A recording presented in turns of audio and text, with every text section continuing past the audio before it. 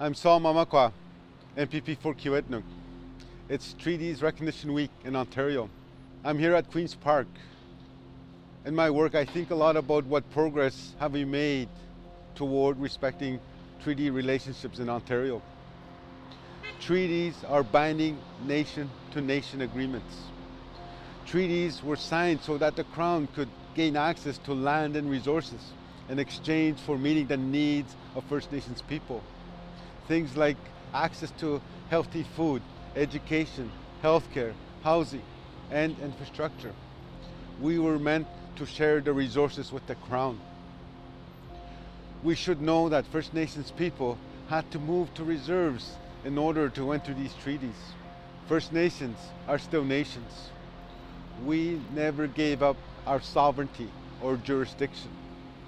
As far as I can tell, our nations have held up our end of the treaties. When you look around today, the Crown, the federal and the provincial governments are flourishing. Look at how these governments have built themselves up.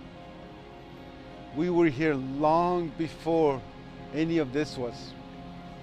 The governments of Ontario and Canada have never honored the treaties. There is no resource sharing, and what First Nations get for support is not even enough to cover the basic human needs.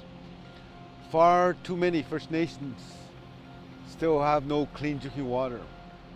The education and the healthcare systems are substandard.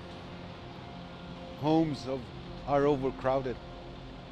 It's time for Ontario and Canada to honor the treaties.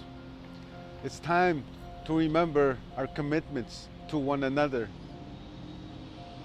It's time to respect and honor our sovereignty. It's time to make change.